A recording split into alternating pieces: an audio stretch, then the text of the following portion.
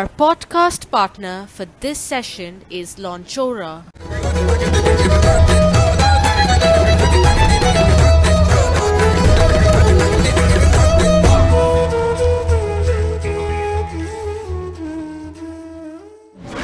To all storytellers and story lovers, my name is Laksh Datta.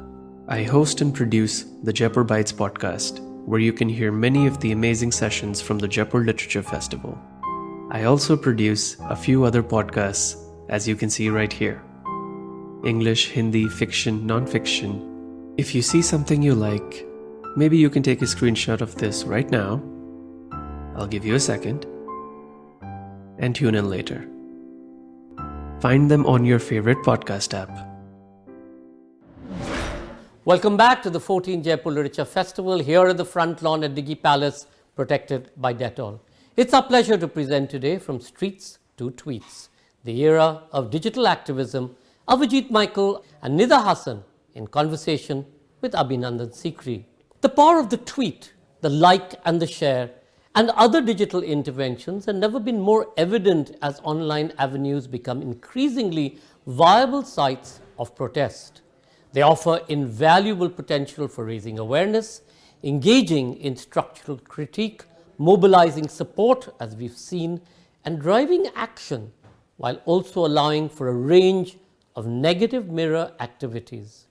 An urgent session on the positive power of digital activism, as founders of virtual social justice platforms discuss the rise of new movements, the effectiveness of online petitions, and the internet as an emerging space for resistance. In the wake of the pandemic and mounting political crisis across the globe, in conversation with Abhinandan Sikri. Avijit Michael has worked at the intersection of campaigning and digital technology for the past decade. He then worked at change.org as country director to set up their India operations before moving to a role as global development director, where he built strategy for user engagement globally. He currently leads chatka.org with a mission to build the tools that will enable citizen engagement in democracy and increase government accountability. Nida Hasan has been part of change.org India since 2014. Currently the country director for change.org, she is responsible for developing a vision for change.org's work in India that aims to be more effectively empower Indians who use change.org to create the change they want to see. Abhinandan Sikri is the co-founder of newslaundry.com. He's also co-founded a production house, Small Screen. He's worked as a producer, director, and writer in various television and film projects, including the award-winning food and travel show Highway on My Plate and news satire shows such as Gustaki, Maaf, and The Great Indian Tamasha. Please do remember to comment by typing it into the comment section below. Ladies and gentlemen, from streets to tweets, the era of digital activism, Avijit Michael and Nida Hasan in conversation with Abhinandan Sikri. Abhi, over to you. Thank you, Sanjoy, for that introduction. Although I must say that a more appropriate introduction for this session specifically would have been that I also flirted with activism in the mid-2000s, and I spent a night at the Tughlaq Road police station as an RTI activist, where we gherawed Prime Minister Manmohan Singh's house, and we did this whole protest at Jantar Mantar, and Aruna Roy and Prashant and Arvind Kejriwal, they were all there. So that is my more interest rather than food shows here. We missed the hustle and bustle of the Jaipur Literature Festival, the most fantastically enjoyable and informative festival in the world, I'd say, unhesitatingly. But thank you, Avijit and Nida, for making time. Let me get straight to you, Nida, first. Let me just check the year this book was written, called The Digital Age by Eric Schmidt and Jared Cohen. It's 2014, it says. Now, when I read this book, it seemed, actually, I think it is older than that, or maybe I've just got the date wrong. It seemed that the digital age is going to transform governance in a way so dramatic and so positive that, it's a silver bullet. There were instances given, I don't know if you've read it, it has instances of, Arab Spring, of Nida, that girl who kind of that video that went viral. Right.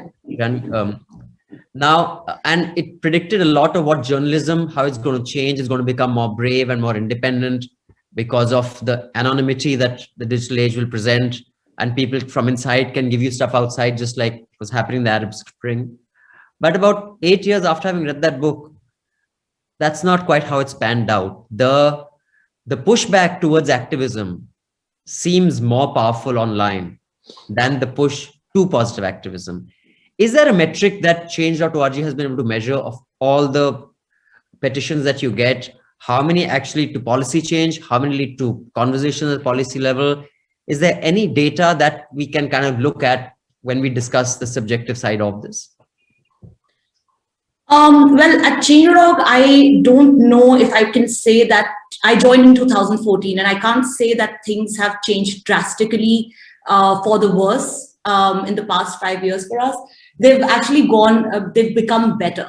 So if you look at like just the numbers, there are about 3.8 crore users of Change.org just in India alone.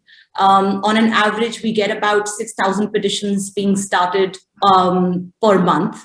And this number has only been increasing. So I don't know how much pushback there is on digital activism, because I haven't seen that on the platform. What I've seen is people becoming more aware of their voice and raising that through online campaigning, through digital campaigning. People have become smarter about what kind of issues that they feel strongly about. When I joined, there were a lot of, and Avi can say this as well, there were a lot of petitions which were asking for, hamare ghar ke samne gadda hai, Prime Minister, clear this, or, there's a garbage dumping issue, and it was also addressed to the Prime Minister. Now we have seen a shift in the way people perceive digital campaigning, and we're seeing the right kind of campaigns being addressed to the right kind of decision makers. It's also become way more diverse, so whether it is women's rights, health, environment, issues that really matter to people, that is what we have seen come out so much stronger in the past couple of years. So I think this is just the beginning of the digital age and digital activism in India. As the more people realize that they have a voice, the more they realize that they are not alone. The moment they realize that they have a community of supporters, I think the voices are going to grow stronger. And we've already started seeing that happen. So Avijit, tell me, I saw on your website that, in fact, it says that you not only your other than your mission and your vision, how you work, it says you identify and demand the decision maker, mobilize citizens, take action, engage your decision makers. How does this flow work? Let's say let's say it has something to do with the RTI. I mean, let's say something I've been involved with. Back then, we held protests at Jantar Mantar, and it was a long haul. I mean, there were protests because once the RTI Act was passed, there were many attempts to amend it. Of course, today it seems completely powerless. Without even amending it, they've killed the RTI Act. But the point is that that's how it happened. What is the workflow? Like, people sign a petition. How do you engage your decision makers? How does that bit happen? Cool. So in a theoretical democratic framework, like if an ideal democracy, basically the tools we have are kind of an opinion gathering space, like to mobilize people around a particular issue. So let's say one of the key issue areas we're working on is climate change and air quality. As you know, most Indian cities have terrible air quality, and there are known solutions. Obviously increasing public transport, increasing electric vehicles, reducing dependence on fossil fuels. Now, there are various ministries, various government agencies and bodies responsible for each of these things. Many of these are just part of the bureaucracy. They're not necessarily elected representatives. So like, say, the chairperson of a transport corporation or, etc. What we do is we do a whole mapping of various stakeholders for a particular issue. We then kind of frame that issue in a way that's easily accessible to the public and try and generate people support around it. And then once we've hit certain thresholds, we take that back to the decision maker and tell them like, look, this is the issue, this is the solution that we're asking for, and these are all of the people who are supporting that. And then that becomes an engagement point. Obviously, usually it's not necessarily an overnight change. There is multiple points of engagement. We don't necessarily directly jump to protest unless there is no engagement from the decision makers end. There? I mean, are there instances where the decision makers have engaged? Yeah, definitely, certainly. So I think one key strategy though that we use is actually working with the bureaucracy much more than the elected representatives, because a lot of time they're the ones doing the actual work, whether it's the implementation of things, etc. And they tend to be a lot more receptive. And again, it depends on the kind of messaging. So one thing I've learned in my career in the sector, I started off at Greenpeace, which comes with a very, fist in the air protest kind of culture. And something I've realized is going in with a much more let's engage messaging framework, or that, we support you in trying to do the right thing, is much better in terms of building that conversation, building that relationship, rather than putting them on the defensive and the antagonistic. And of course, that is kind of almost necessary right now with the current, climate that we have, and a lot of the shrinking democratic space. So we do want to try and find ways to engage in a positive manner with governance agencies to actually create that change. And do you have any data on the amount of petitions or the number of petitions that you get, and how many of them actually lead to policy change? Is there any such any algorithm that you have to figure out? So where we are different from Change.org, where Change.org is that platform where citizens can come and start petitions. With us, we start our own campaigns, and a petition is just one piece of that campaign. So I would say, I don't have numbers off the top of my head, but each year we see a few dozen victories, in which could be everything from hyper-local to much more national scale. So I think one example I could give is the work we did in 2015, early 2016. So the Ministry of Road Transport had put out a consultation on increasing emission standards, and we were on BS4, and the auto industry was obviously pushing for us to go to BS5 and have a longer timeline for that implementation. Whereas there were many partners that we had in terms of policy think tanks who were saying that it is viable for manufacturers to jump to BS6, that is on par with European emission standards, by 2020. And we had thousands of people write into that public consultation. And what we understood from the bureaucrats is that they were quite surprised by just the number of people writing in. And so this is, for example, part of the democratic process is that you have public consultations, but a lot of time people don't know when these are happening and how they can engage in those. So bridging that gap, for example, helps get in a lot of citizen opinions in. And so we did have the policy that the Ministry of Road Transport pushed out, was to leapfrog to BS6 by 2020. So now, all new vehicles being manufactured have to be at those norms. So that's an example that I could share. I mean, I think what you're asking us is basically what I get asked in a lot of parties, and especially when it's my aunts and कि बेटा इतने सारे emails भेजते हो, हम sign बहुत करते हैं, कुछ होता भी है या नहीं होता है petitions? That's essentially what you're asking me, and my simple answer to that is yes. Sometimes it takes longer. Sometimes the change happens right away. There are about 82 lakh people who are using the platform right now. Just in 2020, at least half of them have been part of a winning campaign. And I can give you so many examples of campaigns that have won. Whether it is about holding corporates responsible and accountable. For example, we had a campaign which was started by a visually impaired person asking Zomato to make the app disabled friendly. So the Zomato responded to them and said, yes, we will work with you. And now we started a second campaign asking Swiggy to do the same. We've had campaigns which are sometimes, part of bigger movements which are happening. For example, the RA campaign, there was a huge movement which was happening on ground, but a similar campaign was being run digitally as well on Change.org, which had 5 lakh signatures, where people took so many different kinds of actions to make sure that our forest is saved. There are also policy level campaigns that happen. We've run a campaign to make sure that single mothers can get passports with just their name on it. And it was like a policy change that would change, 50 years old archaic rules, and made it easier for single parents to get documents in their name for their children. So there are so many different examples of campaigns. But yes, it is true that not every single campaign wins. Out of like the thousands which are started every month, I would say maybe 20 to 30 other campaigns that win. But the ones that do win are the ones which have one common running theme, which is it would have something very specific to ask from someone who's responsible and accountable to making that happen. And it is coming from a place of conversation, as what Avi said, it's solutions oriented.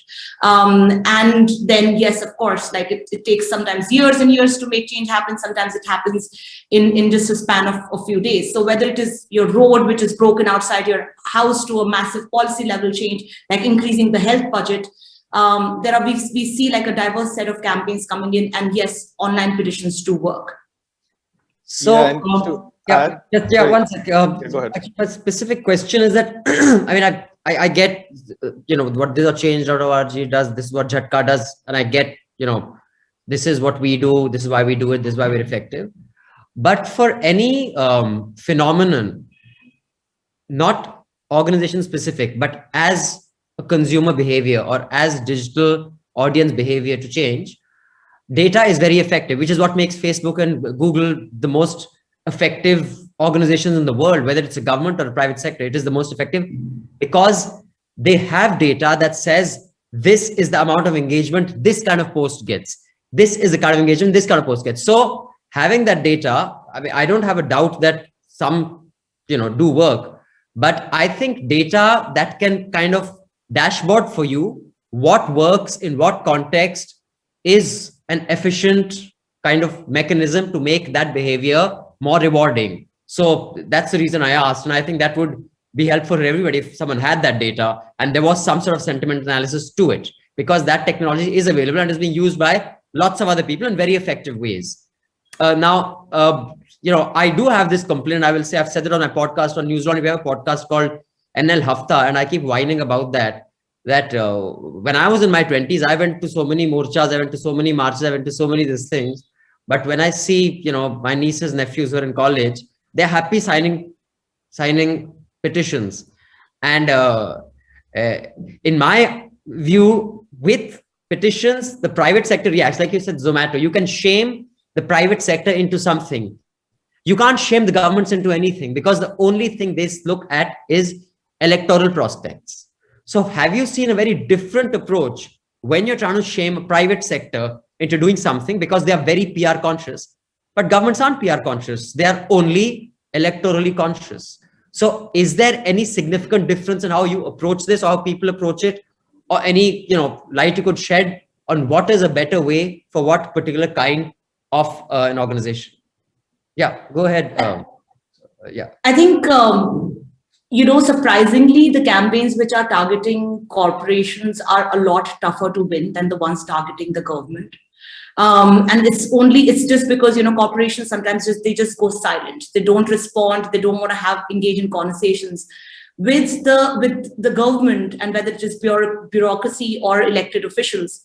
The fact that this is an individual, that this is a person who feels very strongly about it and is then supported by thousands of people, that's what makes our platform effective, right? So it's not just it's not just numbers. It's not just like, oh, X number of people have signed the petition and therefore like they will respond, or they don't even respond sometimes because it is the right thing to do.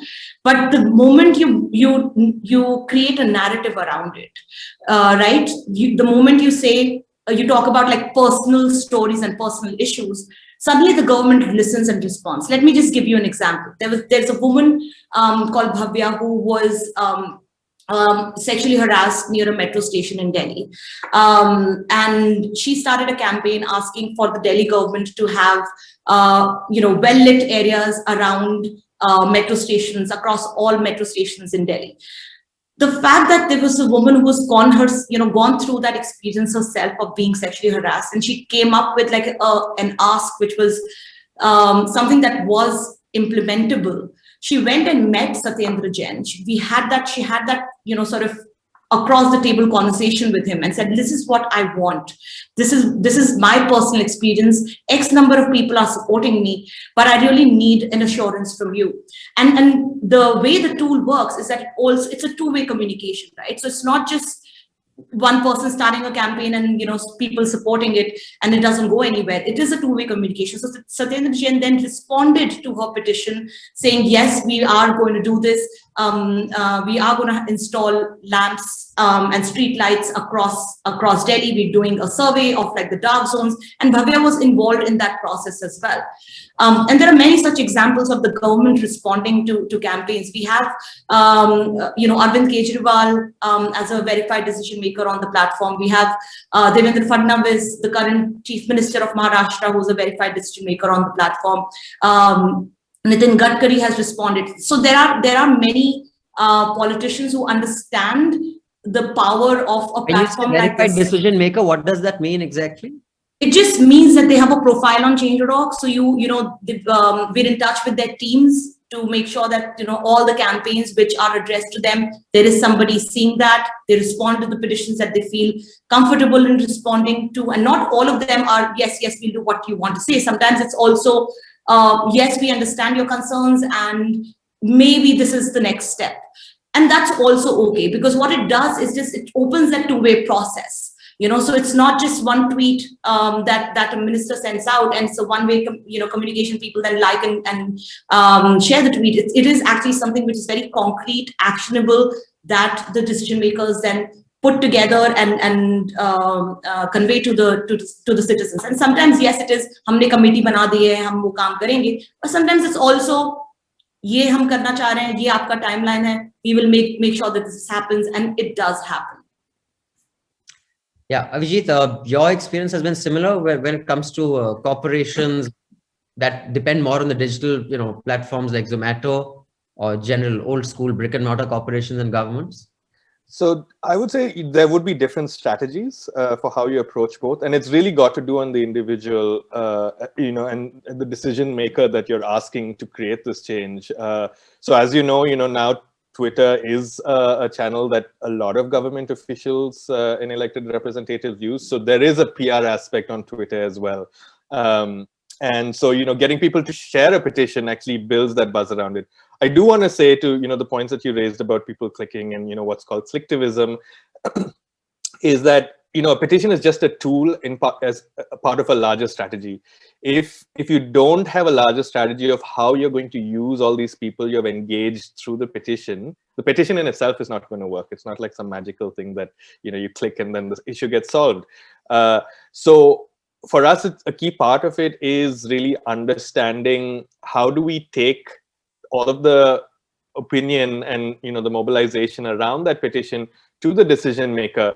And like Nida was saying, sometimes that can be with face-to-face conversations. A lot of times our key thing would be when, even when we hit like 1,000 signatures on a petition, we send out a registered letter to that decision maker saying that this is happening. And, then we have to think of other strategies. Sometimes, you get that engagement right away, and, sometimes you have victories happening in just a few days. But other times you have to do other things. You have to create other kinds of content, hopefully get virality around that content. And like you were saying, a lot of the standard best practices that are relevant in the digital world still stand. You want to create content that is engaging for people, that they can kind of come back and, you be excited to take action or be convinced about why they want to take that action. So yeah, I mean, it's not a magic bullet. It needs to be used strategically as a tool. Is there some sort of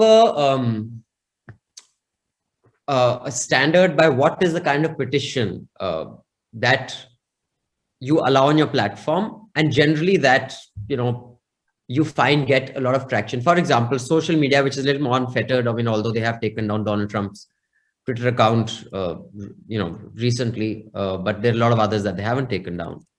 A lot of stuff that gets shared and becomes not viral, what's it called, when it trends, which starts trending, is not necessarily good news. Hang so and so can trend. I mean, I know there is a large chunk of people who would be happy to support a petition that diminishes the rights of citizens based on their color, religion, ethnicity. So how do you decide what petition you will take down? How do you do a trump to a petition? When does a petition qualify to be taken down, like Donald Trump?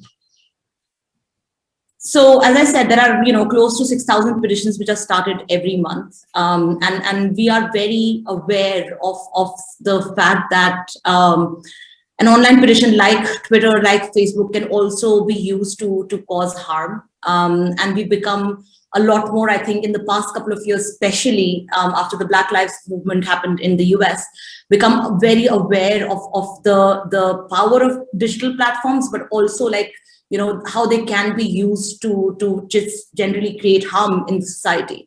So because our mission is to be open, and we want robust debates to happen, even if the petitions are there are two opposing petitions which are talking about the same thing but presenting opposing point of views, we usually let them be. However, we do have community guidelines, we do have policies to restrict and remove certain types of content, like bullying, like incitement of violence or hate speech.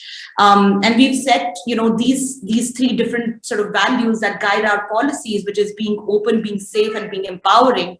And we want to support free speech. Change.org wants to be a platform where anybody can raise an issue that they feel strongly about, but they also need to be safe. We want to protect our users and the wider community, and they need to be empowered and encouraged so that people can speak out on issues that really matter to them. So if there is any petition which is flagged by our users saying this is violating a community guideline, or if it says this is hate speech, explicit or implicit hate speech, then our policy team looks at the petition and takes then appropriate actions, whether it is asking the person to remove the image, sometimes asking them to remove certain lines which are violating our policies, or sometimes just taking the petition down altogether. So that's something that we're very, very conscious of, and have now started to implement on a much broader scale. Okay, I'm going to start taking questions. Avijit, you can just come in and just take the questions. Well, I'll take two at a time. This one is from Jessica. What features of Jhatka and change.org do you each like? What features should you adapt from each other, if any? Avijit, you want to go first? I mean, I think we serve two different purposes. Change is an open platform for citizens to start campaigns. Our focus at Jhatka.org is very much driven by our vision statement of we want a more equitable, inclusive, sustainable India. And so we start campaigns. So, unlike the change team, we don't face that issue of having to police the campaigns. Because can you decide what campaigns go on? Yours are curated. Yeah. Theirs are not. Yeah. Theirs are like anyone can start. So yeah. So I mean, I think both those are needed. Obviously, if a citizen wants to start their own hyper thing, they need to go to change and set that up. We work a lot closer with partners who are issue experts, whether scientific or policy experts, to really kind of craft also long-term campaigns that look. So like I said, for us, petitions are a very small part of a tool. We use a lot of other things like art installations, creative content, interesting on-ground stunts to kind of... When do you gherav houses, basically? When does it come to that? It's funny, we don't get our houses, though I have been arrested for asking thousands of people to call a decision maker on their public number. So virtual gherav has happened and I've been arrested for that. I'm feeling left out now. I'm the only one who hasn't been arrested so far. And I think, this is kind of proof of the fact that digital campaigning works. I mean, we all know the whole Disha Ravi situation that's just happened. And, what did she do? She edited a toolkit that was asking people to just tweet their support. That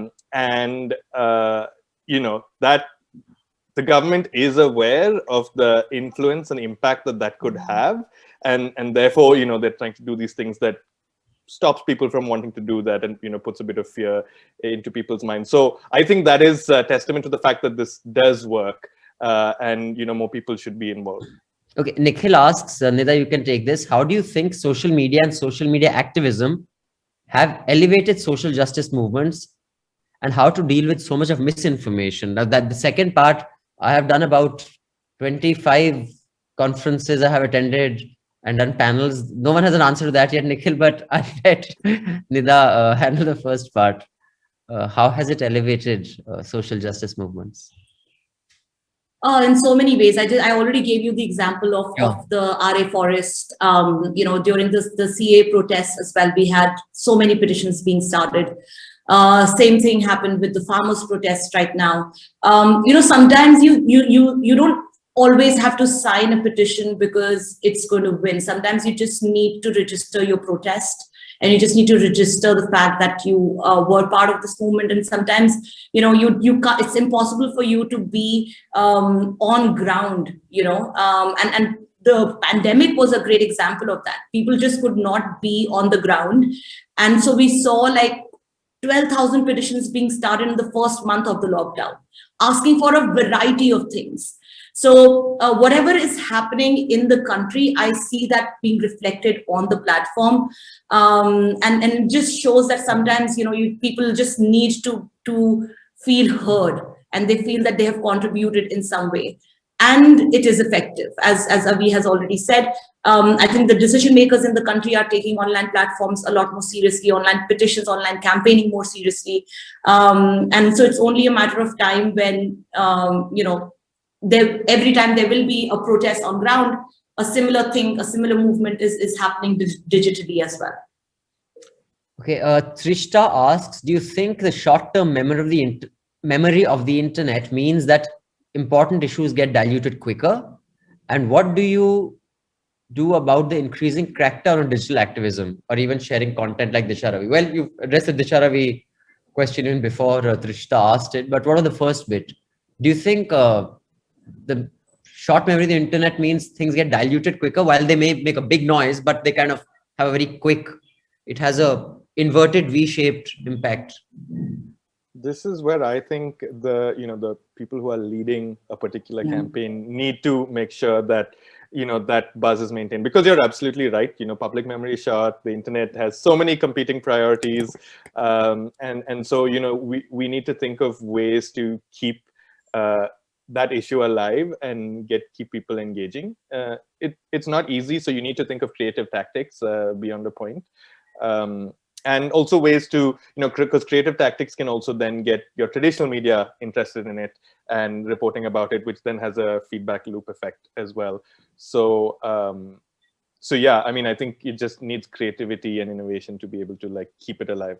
Nida, is there a short memory of the internet? Yeah, but there is a short memory of the internet, and so you see suddenly spikes and signatures on an issue right away. But what keeps a petition going and what keeps a campaign going is the person who started it, right? So Telangana, there was a Hyderabad rape case which happened about 2 years back, and suddenly we saw the spike in number of petitions and number of signatures being started.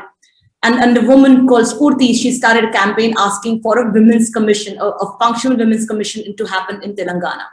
Now, this is something that you would assume and you would think that would happen really, really fast, because, a state needs women's commission. It didn't have a chairperson.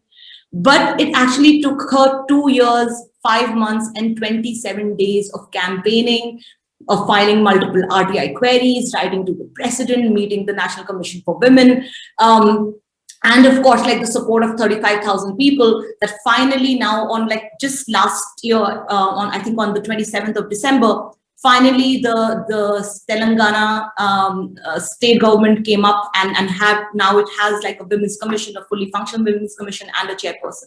So yes, maybe the rise in signatures would happen really fast, but if the person is persistent and wants to make things happen, they continue their campaigning, and sooner than later, at some point, the change does happen.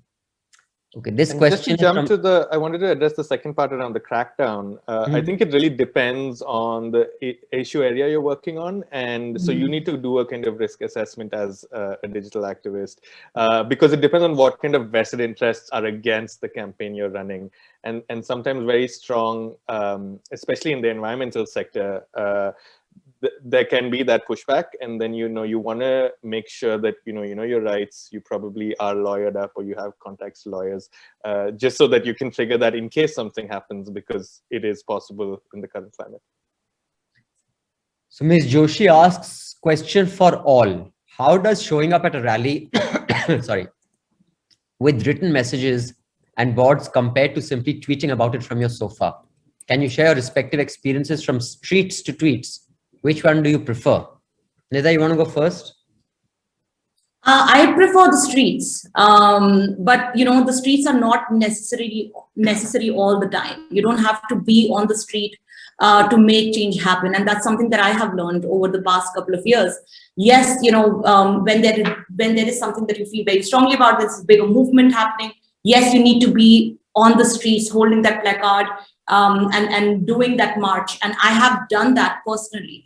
But not everything needs that. Just because technology makes things easier, and just because it is easier doesn't mean it is less effective. This is like the best time in history to campaign on issues that you care about. There are tools everywhere. The tools are for free. You can build movements that used to take months and years in just like hours and days. Quantifiably, I think people are more engaged in issues than they have ever been before.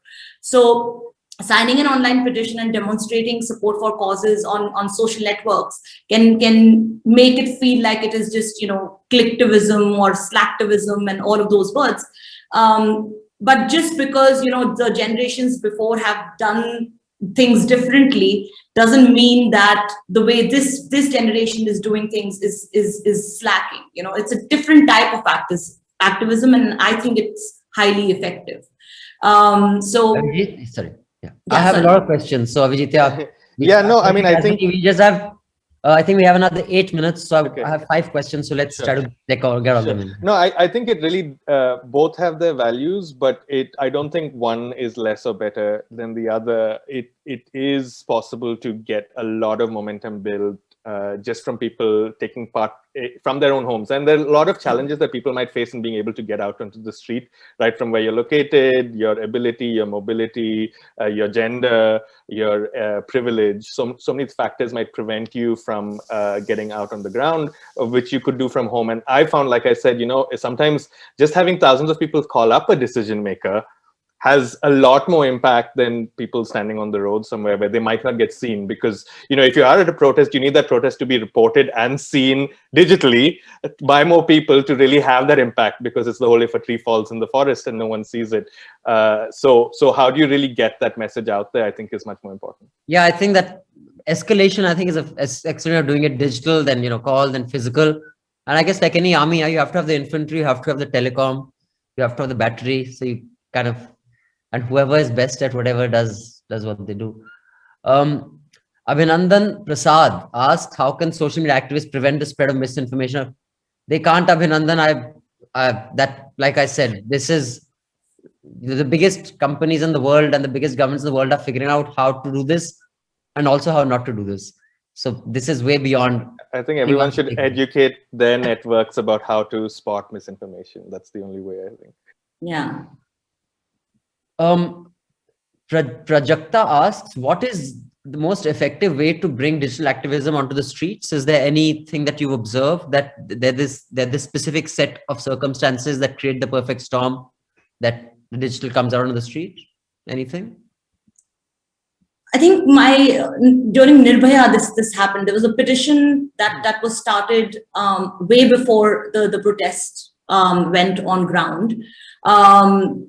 And I think what it did was, it was just like, the way if there was anything that was planned on ground, the person who started the petition would send out like an update that would land in the email and inboxes of thousands and lakhs of people who had supported that petition, saying on this day, this time, we are meeting here and there's going to be an on-ground protest. And so it just becomes like a very effective tool for people to organize themselves.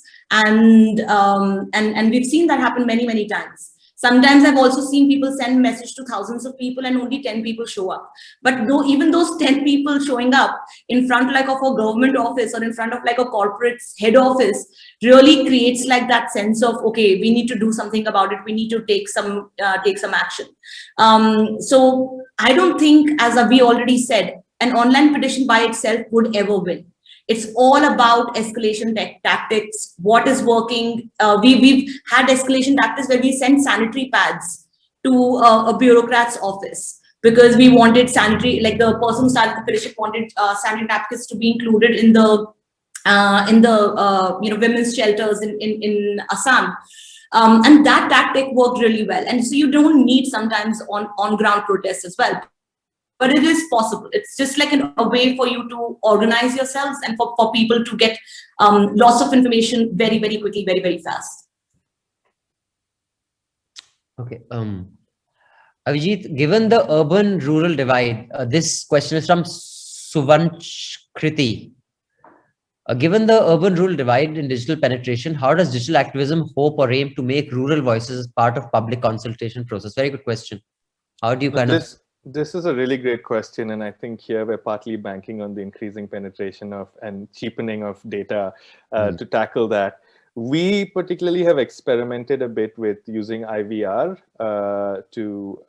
and an example is during the IVR is? Sorry, interactive voice recording. So it is those automated phone calls you might have gotten.